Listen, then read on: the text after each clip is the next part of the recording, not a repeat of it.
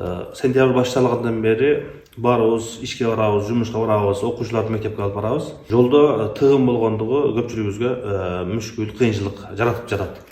Ушул жерде пайгамбарыбыздын bir hadisine жана Алла Таала Кур'ан-ы Керимде айткан bir аятка токтолуп кетейин деп турам.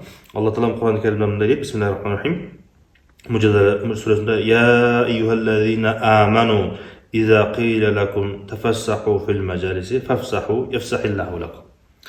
О иман келтиргендер дейт. Эгерде силер бир жерде отурган болсоңор, келген адамдар келип бир аз кеңейгиле, орун бергиле деген болсо, силер дагы орун бергиле, кеңейткиле, Алла Таала силерге дагы ушундай берекени берет, кеңчиликти берет деп Кур'ан-ы Керимде айтып жатат. Биз жолдо машина унайда баратканыбызда ушул нерсеге амал кылышыбыз керек. Бири-бирибизге жол бергенге, бири-бирибизге мүмкүнчүлүк бергенге. Жана пайгамбарыбыздын хадисинде айткандай, ар бир нерсенин өзүнүн акысын бергиле дейт. Жолдо жүрсөң дагы жолдун акысын бер дейт. Жолдун акысынан бергендик, эгерде жана башка бирөө келип өтө турган болгон болсо, сенен башка андан башка мүмкүнчүлүгү жок болгон болсо, ошого мүмкүнчүлүк берели. Мисалы үчүн, светофорго келгенде оң жакка, сол жакка бурулуп кете тургандарга бир 2-3 секунд эле убакыт берилет.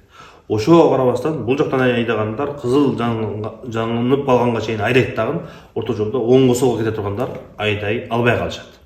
Анан кийин ошол жерден кеткенден кийин ошол адамдын жүрөгүндө, оюнда сыгылгандык, кыйналгандык пайда болот. Эмнеге дегенде, өзүнө жанагы Алла Таала Кур'ан-ы Керимде айткандай, башка бирөөгө мүмкүнчүлүк берген жок, башка бирөөгө кеңейтип жолду ачкан жок. Андан кийин анын жүрөгү дагы сыгылат. Ошондуктан ушул нерсеге амал кылайлы деп айтат элем. Башка бирөөлөргө мүмкүнчүлүк берели, кеңейтелик, Алла Таала биздин жашообузга, ишибизге береке берет, кеңиржиликти берет.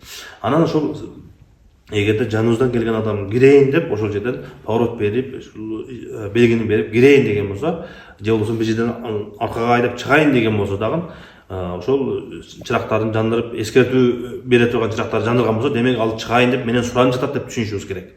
Кээ биркилер ушул нерсени көргөндө, демек буну чыгарбай коюшум керек деп аркасынан такап айдайбыз дагы, ошолорго мүмкүнчүлүк бербей коебуз.